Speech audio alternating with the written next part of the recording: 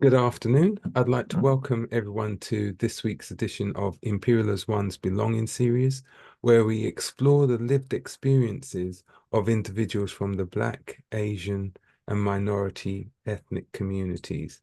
Individuals who are willing to share their stories, to share their experiences of how they gained their sense of identity and their sense of belonging. And every week I say this, but every week I've been proven to be right that we've got an extra special guest because this week we've got Joseph Uwenvusu, Uwenvusu, all right? And Joseph is an inspiring young man. Joseph is a poet, he's a author, he's a postgraduate researcher at Imperial College, and he's going to share some of his insights into how he's gained his sense of identity and belonging. So, Joseph, I'm going to hand over to you, and I'm going to start off by asking you that first question, excuse me, which is tell me what it is that gave you your sense of identity and your sense of belonging as you were growing up. Okay, yeah. Thank you. Well, thank you very much for the opportunity to share my story. And my thanks to everyone that finds time to join us today. We are privileged to have you around because yeah, it's one thing to tell a story. It's another thing to have someone listen to your story. And so we are glad to have you. Yes, so how did I develop my sense of identity and belonging? Yes. So looking at it, I realized growing up, right, that knowing who I am and knowing where I belong or whether I belong, was it actually an issue? Really, I mean, at the beginning, like as a child, because I grew up in a community, a tiny rural community back in Nigeria. It's an extended family with among extended family members and in a polygamous home, but we're very, very close. And so because it was that particular tiny community, everybody recognized everybody, right? So we love each other, we play together, and people in the community kind of work together. Now, so the issue of, identity crisis or whether I belong to somewhere or I do not belong to somewhere, did it arise until I kind of grew up and I left that community and I went to a bigger city. Yeah, and then I came to the West. And that's when I started experiencing some issues that kind of question my sense of identity and belonging. And so these were three key issues that I've identified. So number one is class. That has to do with socio-economic status. Number two is sexuality. And number three is race. Now, in terms of class and socio-economic status, like I said, growing up in that community, there were, in every state you find yourself, you always realize that there were people who would be better and others who would be, who would not be as good as you are. There will be others who will be better than you are. And so even at that community, there were people who were always richer than others, but the sense of class was not there, despite the fact that they were much more financially fortunate. There was no form of segregation of people, like separation of people, like you belong to this particular class, so you can't associate with these people. Everybody was associated with every other person, right? And so we attended the same school, we bought things from the same market, we played together in the same on the same field. So we went to the same, community event center. So everybody was, equal to every other person. There was no separation whatsoever.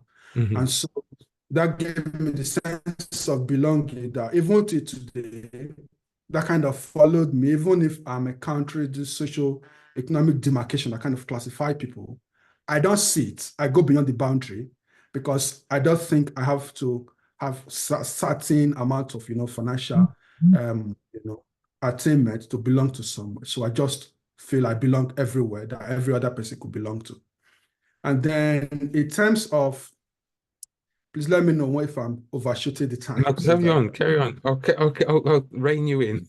Okay, cool. So then in terms of sexuality, it's a traditional Africa community. And so it's like the gender are the way it is. So I'm not sure we'll go deep into that as it were.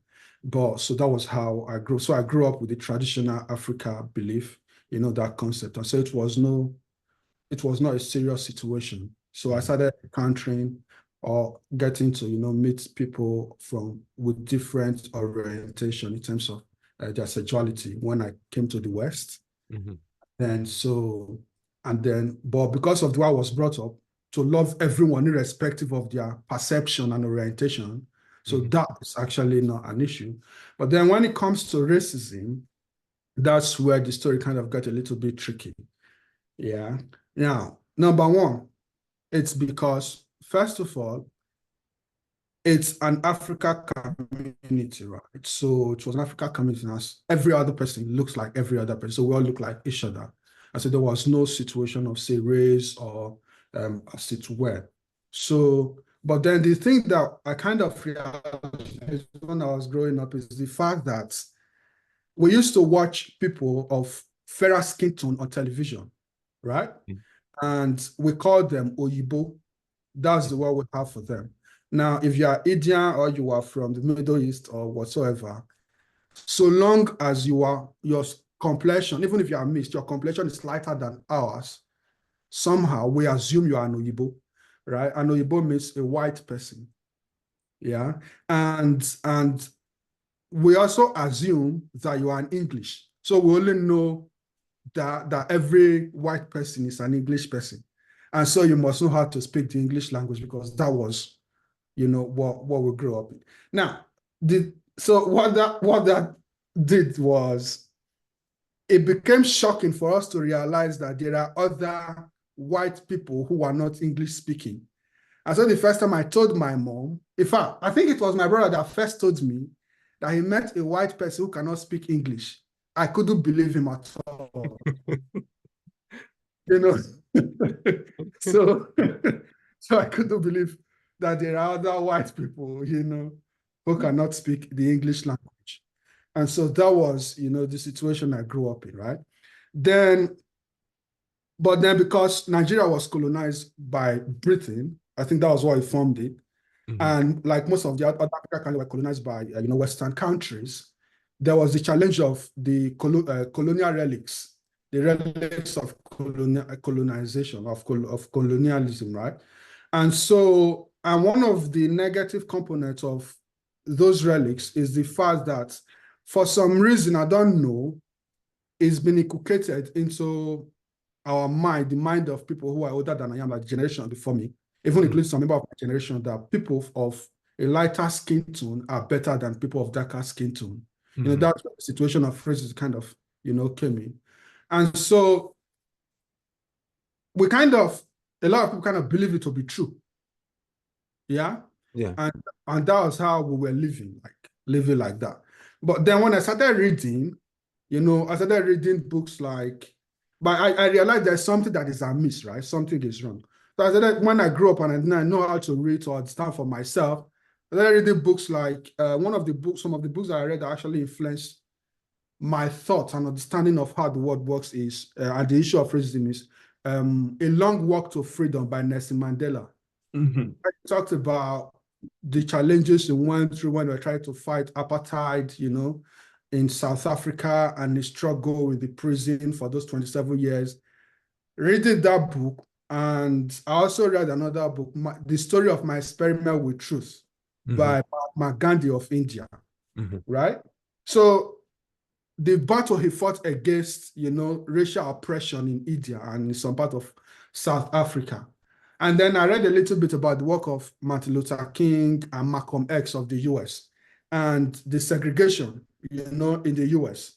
I'm like, racism is evil. Hmm. Racism is so I understood. So I understood from, the answer from that, a way I could understand from reading that racism is something that is terrible, and that there is no way one person is better than another on the basis of, skin color. And So, so, yeah, but I'm really interested in what you're saying. You're a philosopher. I missed that off when I put the title together. You're a philosopher, right? But in terms of when it came to, because it sounds to me yeah, that all of this reading, it was almost you were experiencing or understanding racism, as it were, but yeah, from a distant perspective, if that makes sense. yeah, Yeah. It yeah, was it was the knowledge of racism, but yeah. maybe not necessarily because you of the community that you were in, not Mm. necessarily a physical understanding of racism. Am I right in that? Yes, yes, yes. It was not a lived experience. Yeah. It was not a lived experience at all. Like, at least not directly. Hmm. Yeah, there could be the indirect implication of racism, for instance, when, say, government officials, for instance, where they want to do contract, have contract with representative of the world, they just give them, go ahead, whatever you want to do. And then that kind of trickle down to affect the people downstream, right?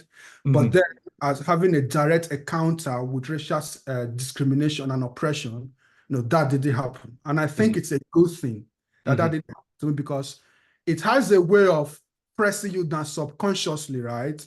Because if you continually live in that situation where you are always, relegated to the background because of your skin color, because of the texture of your hair, it presses you down somehow.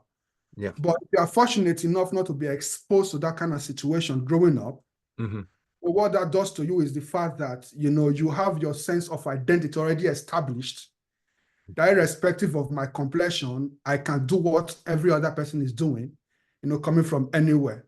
And so that was one of the saving grace I could say that actually delivered me from, the negative implication of racial discrimination. So the only time I started experiencing, started having direct experience of racial discrimination was when I came to the West, and then I traveled to Nigeria once. That was, so it Hmm. was so when I came to the UK, the first time I actually encountered that directly was, so I was University of Nottingham for my master's, right? And then the first day I went to my campus, we had this bus called Hopper Bus that kind of conveys students between campuses. And so I was sat on the bus that particular evening, and I was the only black person. It was packed full of other students. And then once they aimed an empty can of water on my head, at my head, and it hit me hard. Like, I was pissed, like really angry, but then I held myself down.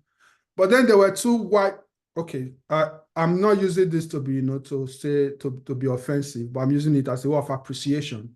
There were two white young ladies that came around to me and they said, "We are really sorry for what our colleague did, and then they sat with me throughout the journey to prevent such thing from happening, right?"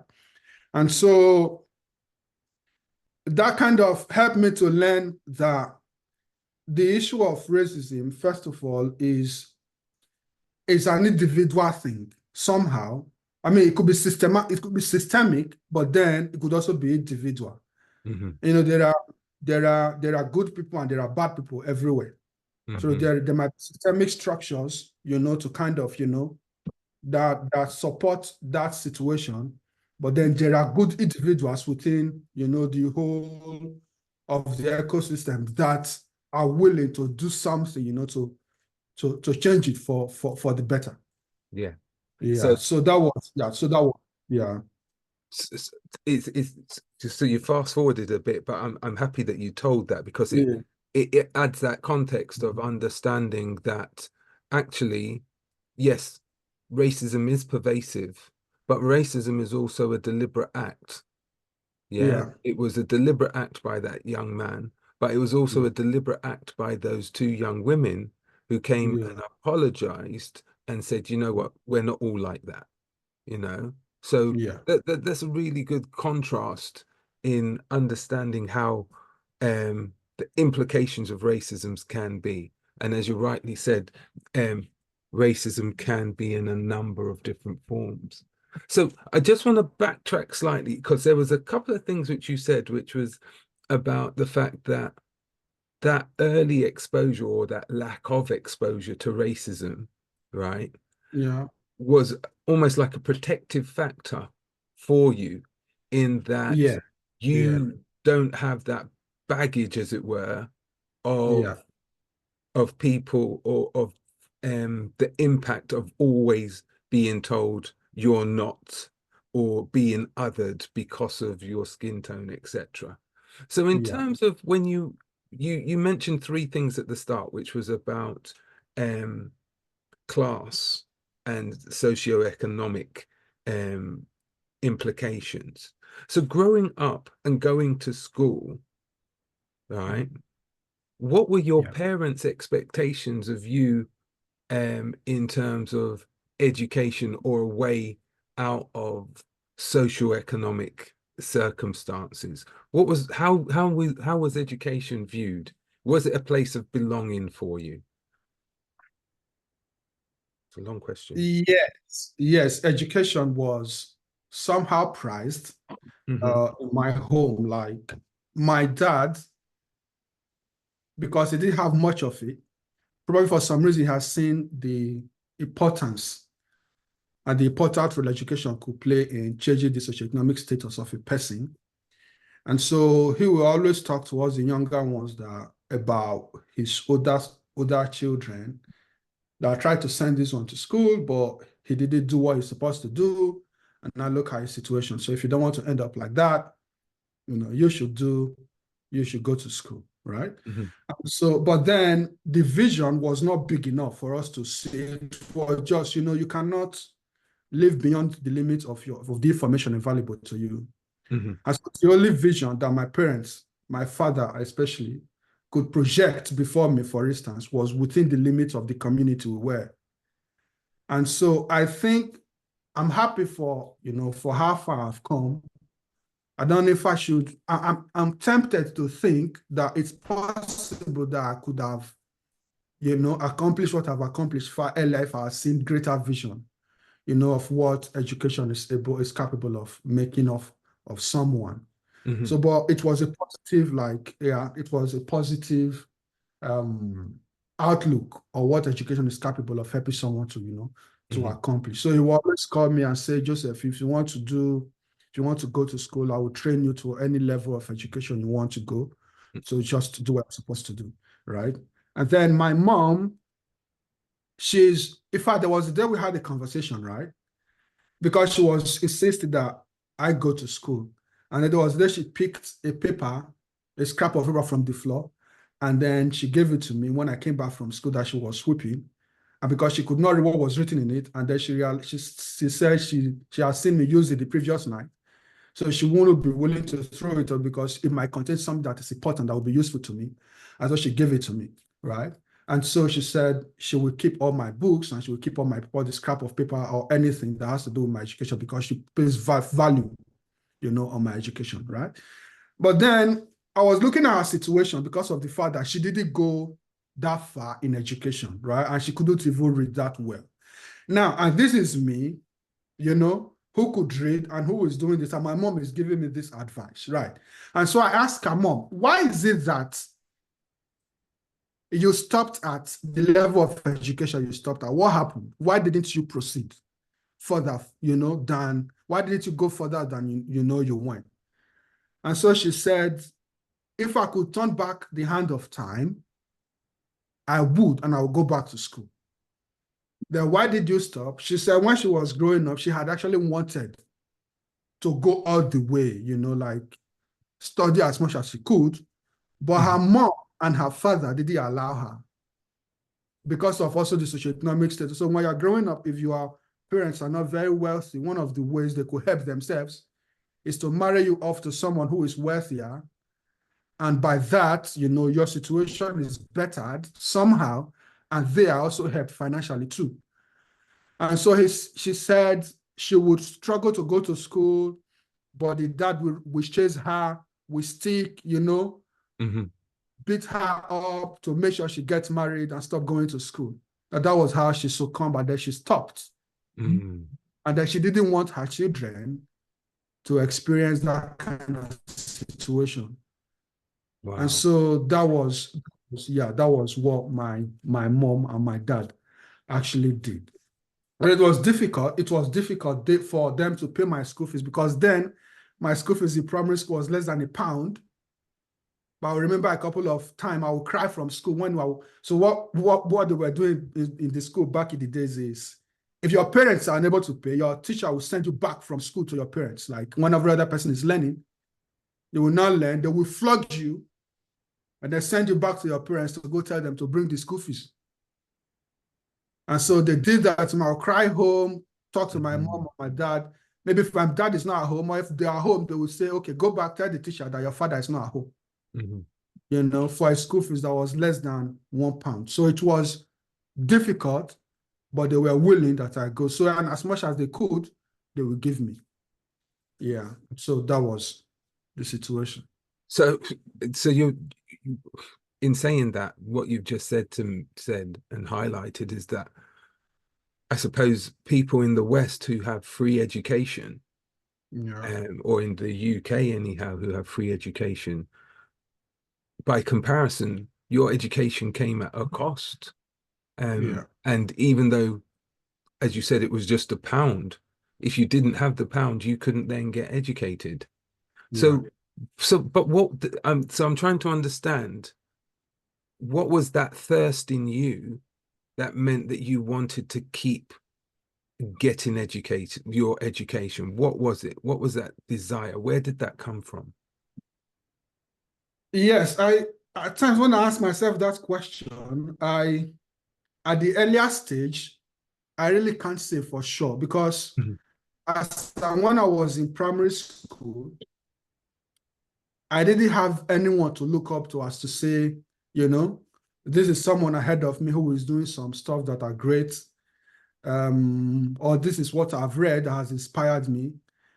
From primary school age, I can't say. There seems to be something inside that is saying, just do it, right? And the fact that I was good, somehow I was good in school. I was doing well because they used to read results to say you take the first position. Probably is that, right? Is that the beautiful component of being celebrated somehow? That you are accomplishing something, that you are doing well in something.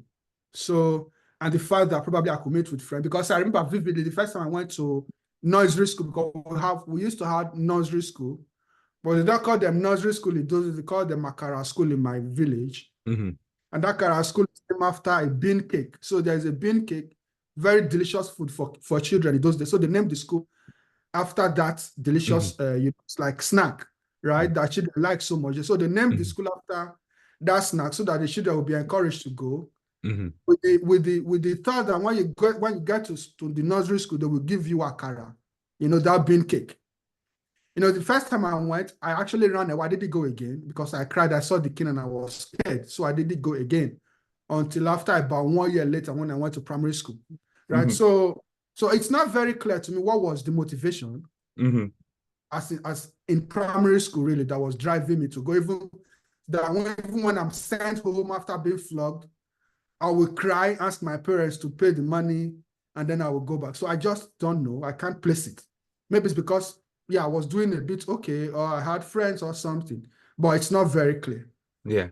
So, but moving on from that then, because you said that access to books and things like that, if you said that like struggling to pay for the school fees and everything like that, where did you go? And you mentioned a number of authors who you read, Nelson Mandela, Mahatma Gandhi, Martin Luther King.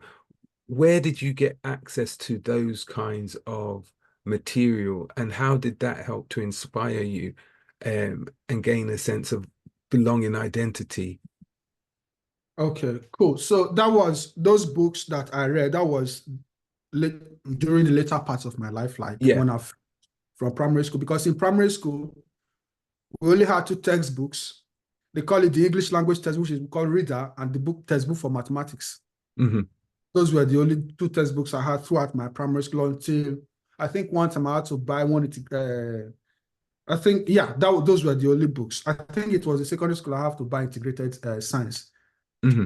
So in secondary school, a friend, one of my classmates, bought a book for me as a birthday gift. And it Right. was one of these self-help books, right? Hmm.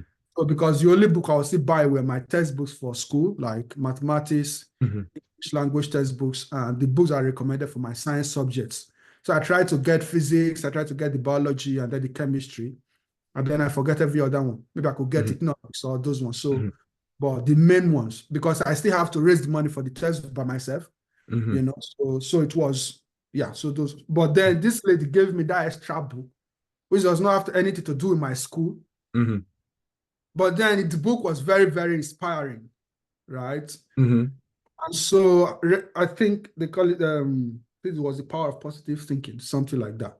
Hmm. And so I read that book and it was very inspiring. Then I started going to bookshops. Any little money I have, I could save. I started buying books, you Hmm. know, just to Hmm. read, to study, to kind of understand what's going on. So it was the tiny money I could save from my pocket money, the little money I had.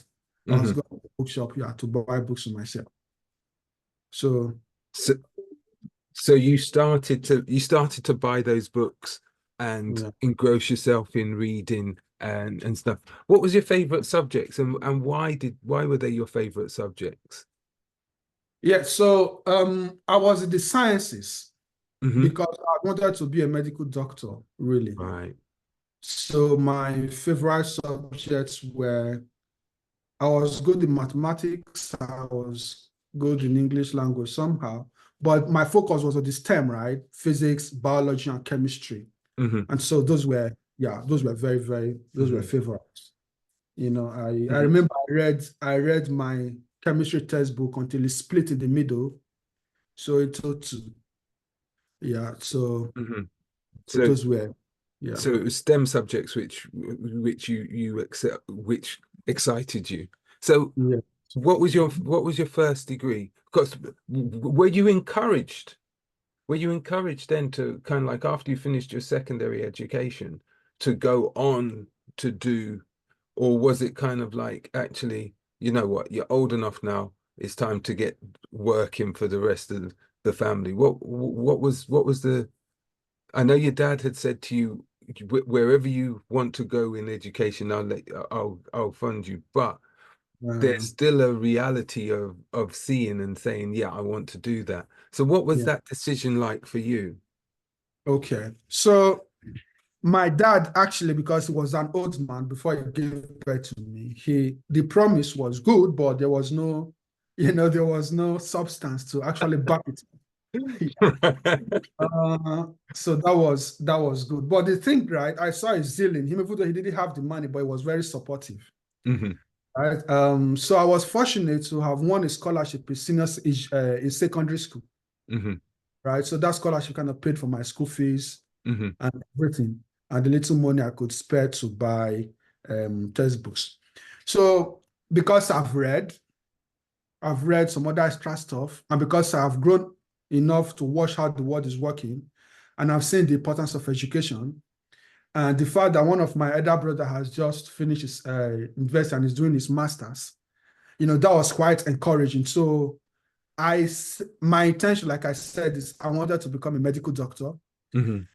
Yeah, so I had to go to school. It was just there was no other option. And then I was fortunate to be a last born among seven in my mom from my mom. And so I didn't have that responsibility of caring for younger sibling or helping my parents to care for younger sibling. Yeah. And so because every other person was older than I was then, I am. So I don't have to, I just have to worry about myself. Hmm. And then I think I was not too much attracted by money at that time. So the whole decision was I will make money later, but first let me get education. I could get the money through the Hmm. education, right? Hmm. So that was the thing that was Hmm. inspiring. Hmm. But the reality was, in fact, there was a day I called myself, to order to have to I have to talk to myself one day. So I stood in front of our compound one day in a town called Warri, Nigeria. And I Hmm. said, So Joseph, come. So you want to go to the university. You know how hard it was to go through secondary school. There is no way where the money for the university will come from. It's not clear. So there's no clarity as to how I was going to pay the school fees. So how are you going to, fund it really? So I'm like, this is a difficult question. But the encouragement I had was that if I could go through secondary school and I could win a scholarship, I'm also sure that somehow I can also get a scholarship to go to university. But then I had some money remaining in the scholarship fund, right, from my secondary school. And so I'm going to work, I'll buy a camera, I'll become a photographer, and then I will work part-time as a photographer while studying in the university, and then could use part of that money, to support myself through. So that was what I did. So I saved that money, and then I worked some more, and then I saved some money, and then I was organizing this tutorial for people preparing for, exam, while I was preparing for my exam too, to go to the university. And then I gathered some money, and then I bought a camera for photography. So I was doing this photography to save money and then to prepare myself to go to the university. So that was what I did. So it sounds to me you were hustling. Yes, You were proper hustling to say, you had the dream of going to university, and you realized, either I get a scholarship or I have to hustle and get the money. Yeah. But that it didn't detract from you saying, I still want to pursue that education to become a medical doctor. So what happened in terms of you getting onto the track of becoming a medical doctor? Yes. What happened to you in that? So in Nigeria, right? So if you want to go to the university, there are so many things that have to do with getting some positions to this lucrative, career options like medicine or engineering or something. I know I'm good, so I don't want anybody to tell me because I didn't score enough. Because I know people that I scored better than in the exam actually got to study what they studied. I mean, to study medicine that they wanted to study. So what happened is there is the situation of nepotism or something like that. Like if you want to get to some of this position, if you are in the dean's or in the vice chancellor's list or in the cash material list, or your parents are ministers, or your parents have connections with the university, or those kind of stuff. So those are the things that help people, to that, and then that deprive some of us who do not have such things. So I wrote the exam, I scored very well, wrote all the necessary exams, scored very well, but for some reason, I was not given the subject I applied for. They are like the UK where you can choose and then you go. In Nigeria, you write one exam called WAEC to finish secondary school, and then you write what they call Joint Admission and Matriculation Exam. That is a national exam. You have to write. So that national exam you have to write, that is what qualify you, to gain admission to the university. And then you will now go to that university and write another one called post-UTM, that is post-unified matriculation exam or post-JAM, right? So you write that exam in that university, to gain admission. So, and all this, irrespective of what you score, in most of the circumstances, if you are not connected somehow, and if you are not very fortunate, you will be deprived of what you want to study, especially if it's those lucrative courses. So that was what happened to me. And so that was how I didn't get to study medicine. So well, I'm going to ask two questions to follow up on that. How did that make you feel? That kind of like almost denying you the opportunity to study the subject you wanted to. And then what subject were you allowed to study then based on that? Yeah.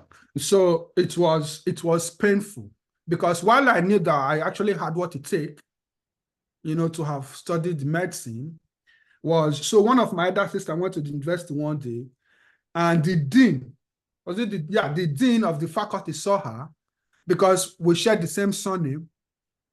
So I told her that because probably they were friends. I'm not friend really, but I think she was a teacher. Somebody took her to the university. So the dean saw her, told her, is this name your surname?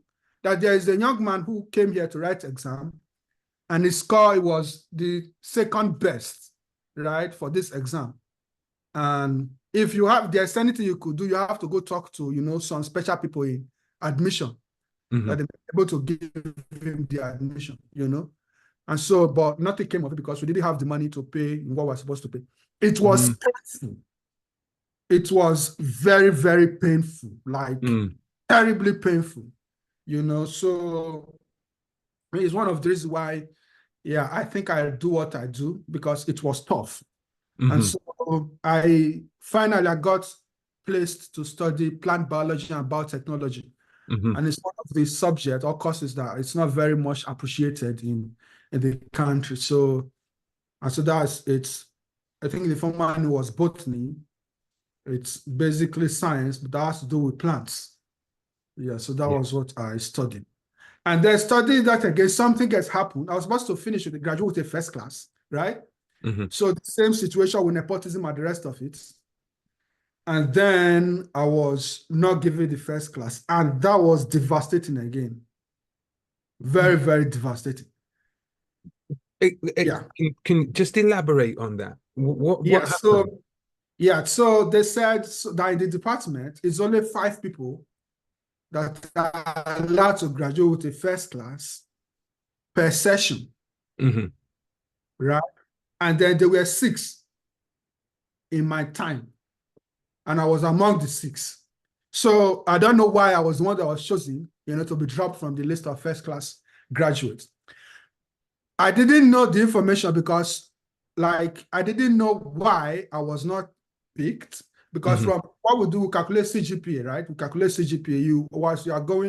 As you accumulate the scores, you could calculate your CGPA from your first year, second year, third year. No. So because we know the cutoff, if you score 4.5 and above, you are in first class, And so you know where you belong before the exams result, before all the results are announced. And so I know I was in first class, but then it came out that I was in second. I was devastated again. And then it was one day I met the assistant dean because I was close to the assistant. I was not close, he was my lecturer, and he knew that I was not an average student. I was better than an average student in the department. So, because they recognized the fact that, I told you I bought a camera to become a photographer. And so studying, and then I was doing the photography. So I was very popular somehow in the department. So I was recognized, right? And so I went to school one day to make inquiry. And then he told me the story of what happened, that this was what happened. And this was why you were not given the first class. So I told him that it was devastating, that I cried. Yeah, I said he knew that it would be very painful to me, but that there was nothing he could do about it. I could actually sue them, but I'm like, okay, I didn't have the money for a court case or something. So you were still hustling with your cameras, so you didn't have enough money to the injustice which had taken place against you. But so following that, because just for clarity for everybody who may not know, you're now doing a PhD, and you also mentioned earlier on that you went to Nottingham. How did you manage to go to Nottingham to do a master's? Yes, I think most components of the story of my life at time, I feel I'm just being lucky, or somehow that there is a hand behind me pushing me with help. So, having finished secondary school, which I fortunately, right, when I started secondary school, I'm the university in Nigeria. So during my matriculation, while people were celebrating with their parents and eating and celebration like students do, I was busy with my camera, snapping the photograph of my colleagues and, printing and selling for them to make money to actually pay the school fees for the first time, And so after the first year, I got a scholarship to pay for my school fees for the whole of the remainder of the year, the other 4 years, the other 3 years I had. And then my agenda to do that was the photography was to eat, because the scholarship covered the feeding, but I need to pay the accommodation and then to eat, right? Yeah. And so when I finished that, and then I believed again that if I could get scholarship for secondary school, if I could get scholarship for the university, I could also get scholarship for a master's. And then I was a bit very, very ambitious, right? I didn't want to do masters in Nigeria because of all I've experienced. I want to go do it abroad. And then the faith is if I could get scholarship for all these two, I could also get a scholarship abroad for university, for master's programming abroad. And so that was the faith. And then I head on to it. And then I worked for about 2-3 years. I was still looking for scholarship opportunities, working, trying to save money. But there was no way I could save money to come abroad, right? It's not possible as an international student. You know how much home students are paying. And then you multiply that by 3. And that's what international students pay plus the other expenses and the rest of it. So it was not possible. It was beyond my ability. And so, but I was believing for a scholarship. So I was applying for some not coming through. Finally, 2019, there was this Chevening scholarship. So it's a global scholarship, right? For all over the world. It's for all over the world, basically. But it's sponsored by the Foreign and Commonwealth Office. So it's global, but you have to compete with others from your country. So during my time, in my year, when people, I think we were about 8,000 that applied, and only 56 of us were selected. Wow. Yes. So that was so I finished secondary school. I finished university in 2014, served. So you do what we call National Youth Service in Nigeria for a year.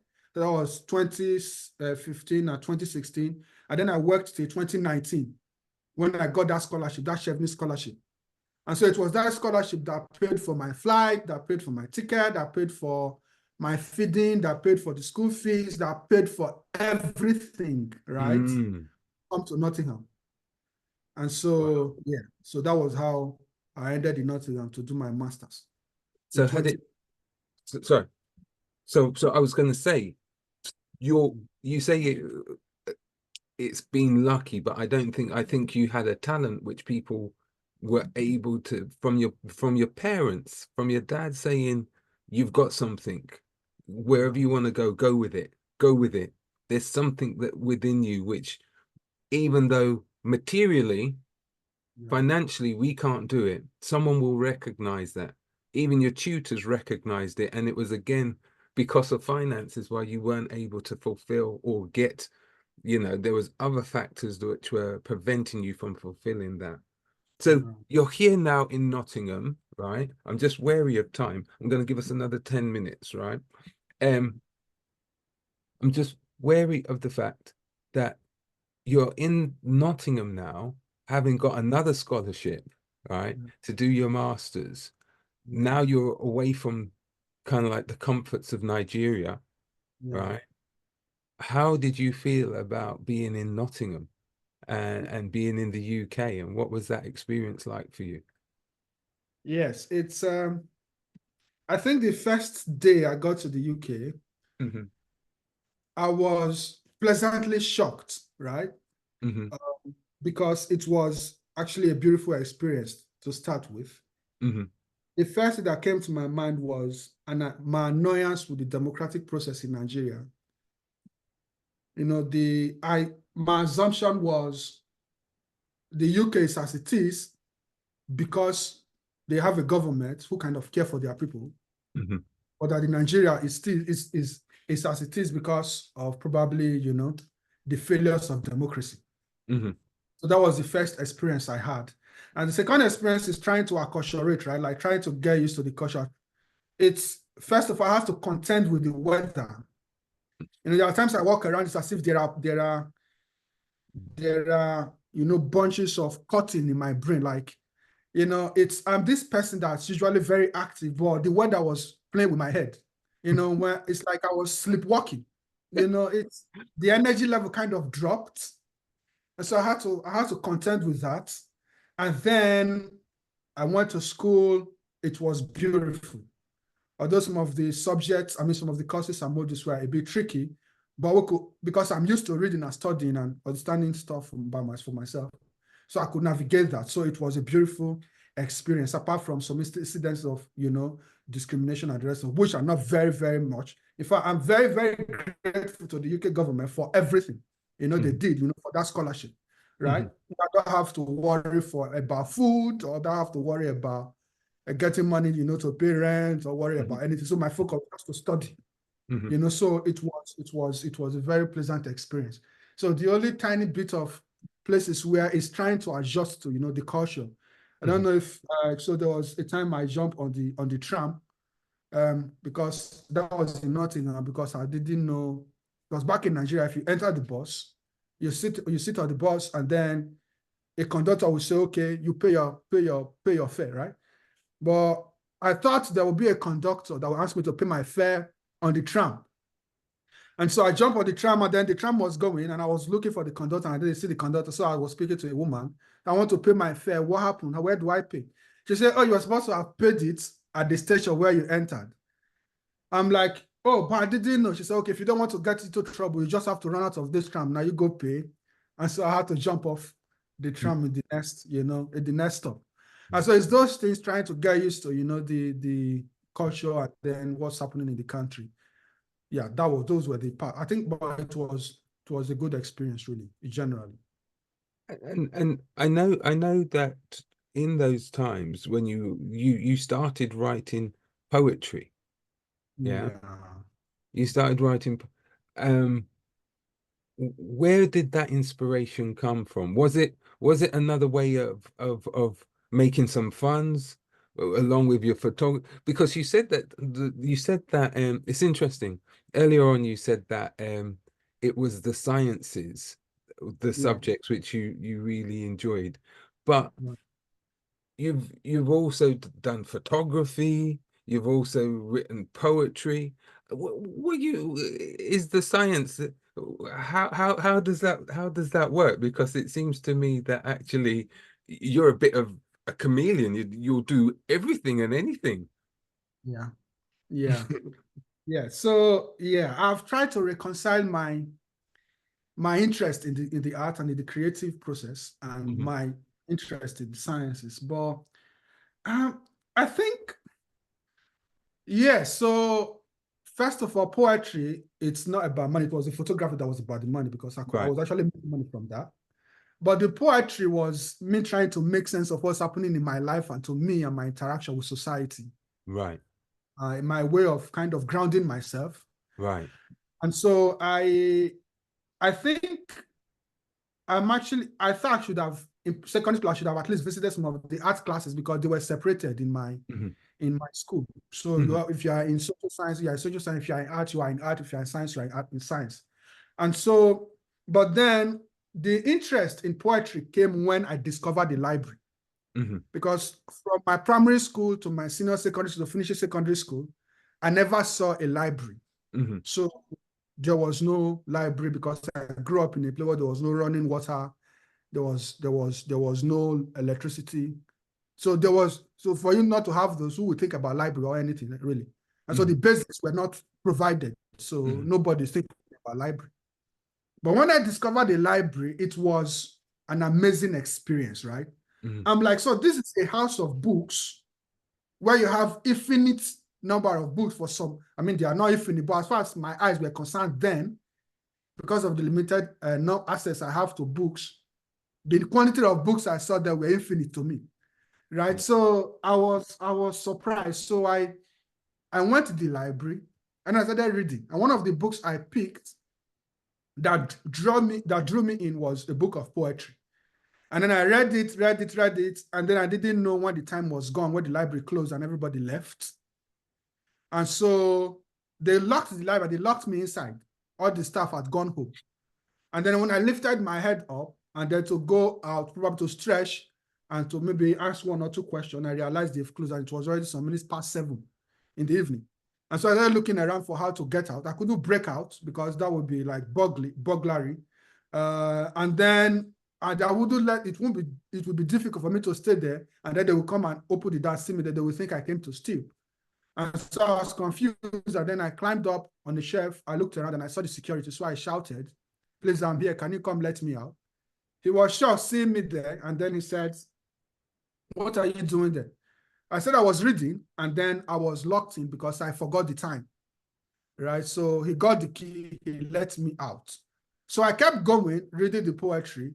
Something about poetry kind of struck me, right? That you could say what you cannot really say in poetry, and nobody will be angry. I mean, there are ways you could say stuff in poetry that you couldn't say directly, like the normal prose form or normal sentences, and nobody will, will stress you about it. And so the ability to actually condense language and configure language in a way to communicate ideas and then to make sense of the word to me as an individual, that was what inspired, drove me into poetry, really. Can you read one of your poems for us? Could you read one of your poems? Okay, so which one do I read now? So I'm going to read the one I titled "The Road I Took." Yeah. So the inspiration for this is when the direction is not clear, I follow my heart. You know, there are times you want to go to somewhere, the direction is not very clear where you are going. So I follow my heart. Every road that or paved calls onto a journey. Every journey, brief or lengthy, calls onto life. Life, whether worthy with gold and goods or vain with vices and vitriol, calls unto time in all its kits. Here, time is placed to bow in obeisance to eternity. I am given a century or less in this path. 10 decades, yes, but very brief still. While we walk this path of eternity, we don't know what lies ahead. That is for the future to decide. But it is ours to choose the road we must take. I passed through the past a few seconds ago. While coming here, I passed narrow and wide ways. I saw people ugly and beautiful. I bathed in the rain and shine. I almost drowned in floods and thirsted to death in deserts. The Iroko in the rainforest gave me a cool shade. The itchy savannah shore flustered me a great deal. My skin is covered with scars of wounds and tattoos of triumph. My brain is full of the handwriting of hurts and healings. On my way, I met two bridges. One reminds of afflictions. So I destroyed it for my brain to forget its hurts. For to reflect on one's hurt is to feel the pain again. The second bridge on the highway of benevolence I repaired. It leads the memory to hearts of gold and victories on past battlefields and playgrounds. And that is on the road I will always take. I am on my way to tomorrow, sometime away from now. It is on its way towards me. The future is always on its way.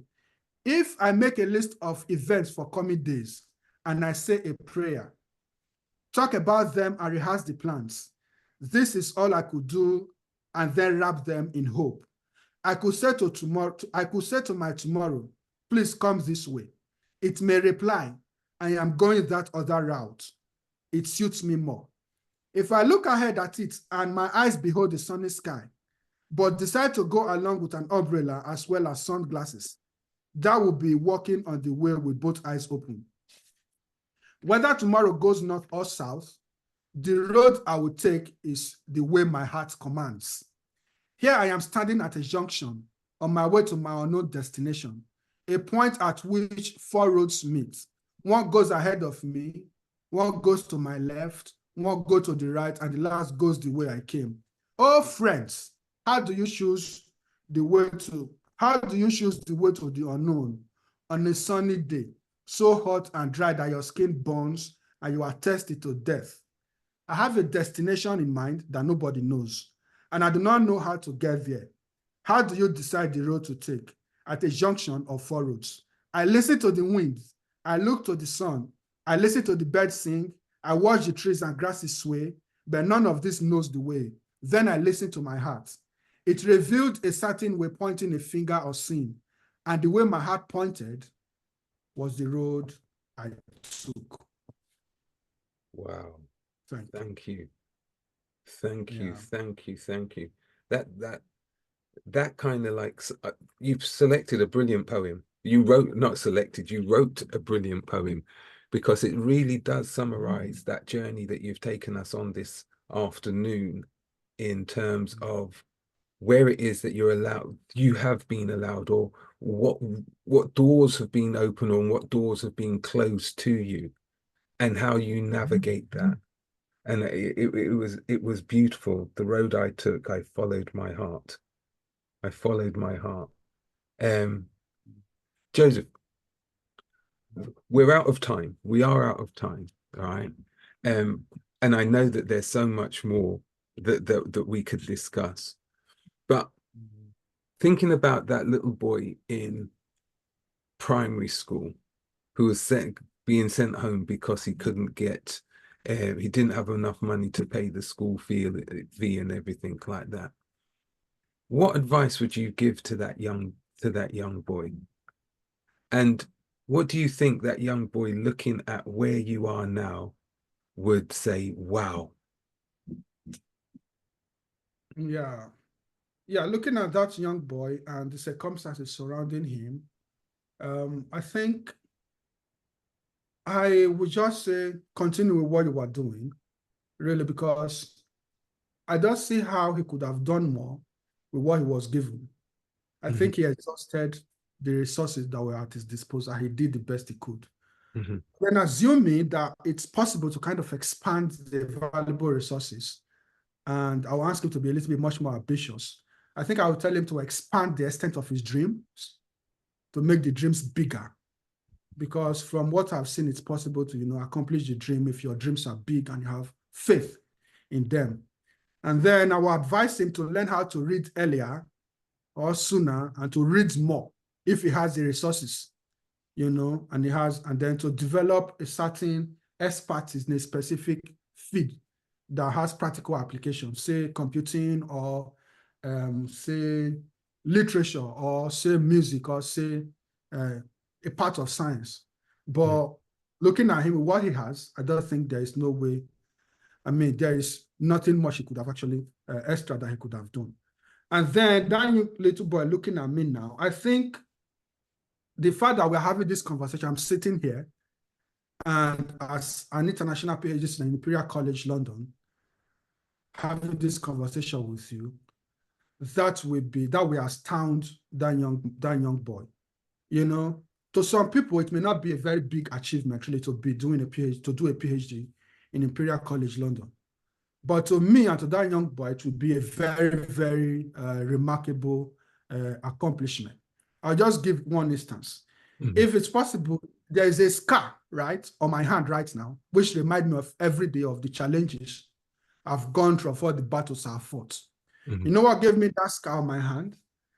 It was, I think that was 1998 when I was going to primary 5, right? We've written exam, we're about to be promoted. We needed to go to school to queue. That was the last day of the term. And I couldn't find my school uniform, the school uniform, the top. I don't know where it went. I don't know how. But so I put on another shirt with my shorts, school shorts. So when we got there was the teacher called Mr. Emmanuel. And this man flogged the hell out of me because I couldn't get, I didn't wear my school uniform. Now, that was the only one I had. I didn't misplace it, I did it intentionally. And my parents didn't have enough money to buy 2. So he flogged me, and it was very painful. If it was just the pain, it would have just, probably would have forgotten it, like I've forgotten many of my pain. But that flog broke my skin and left a scar, of my pain on my skin. So I look at it every day, and I'm reminded that this is what could happen to you if you are less fortunate financially, growing up. Because if my parents has bought like 2, 3, if I couldn't find one, I'll wear another. Or if that teacher could have the sense enough to understand that this is just a child who is trying to do the best he could do, and then he's unable to find his uniform, but he's also doing well in school, and today is the last day of the term, so let's just let him go. He wouldn't have beaten me, And so it's all this, and I think about all these things, are the structures, how they influence people when they are growing up. That could have actually discouraged me, from continuing. Like, somebody broke your skin just because you couldn't get a uniform. What is the essence of going to school? But I didn't. So I look at the sky every day, and I'm like, yeah, you got to go. You have to continue. You have to go ahead. And then I look at myself, I've got it to this point. Yeah. And there are other things I'm aspiring to accomplish in the future. And so I think, yeah, he will be proud of what he has become. You know what, Joseph? That was such a touching um experience that you just shared with us, and I'm really sorry to hear that happened to you. Mm. But you know what? I see you as you're just you said the road I took. You are on a journey, and I'm just glad that we are here to be part of that journey. I see you doing great things, Joseph. Right? I really Thank do see you doing great things because you've got a heart of gold, right? You really have a heart of gold, and I can see that you want to make a difference in whatever you do. Um, we're just on this is just one of those roads which you're traveling, yeah, you. and it's for all of us to work together to help you to get to where you want to get to, right? Thank So, Joseph, I just want to say a big thank you, a really big thank you for sharing your story. It really was enlightening. It was inspirational, yeah, and we're still doing our thing, so we will keep doing what we're doing. So I'm gonna just close off and just tell everyone what's happening for next week. Um, but this was amazing. Thank you, Joseph. So Thank you to everyone for listening to my long story. Yeah, thank you. so next week we're gonna have Alim um Kamlicha, Kamlicha, and she is a sector manager, and she's also the co-chair of ABLE, and she is a very much a student staff advocate here at Imperial College.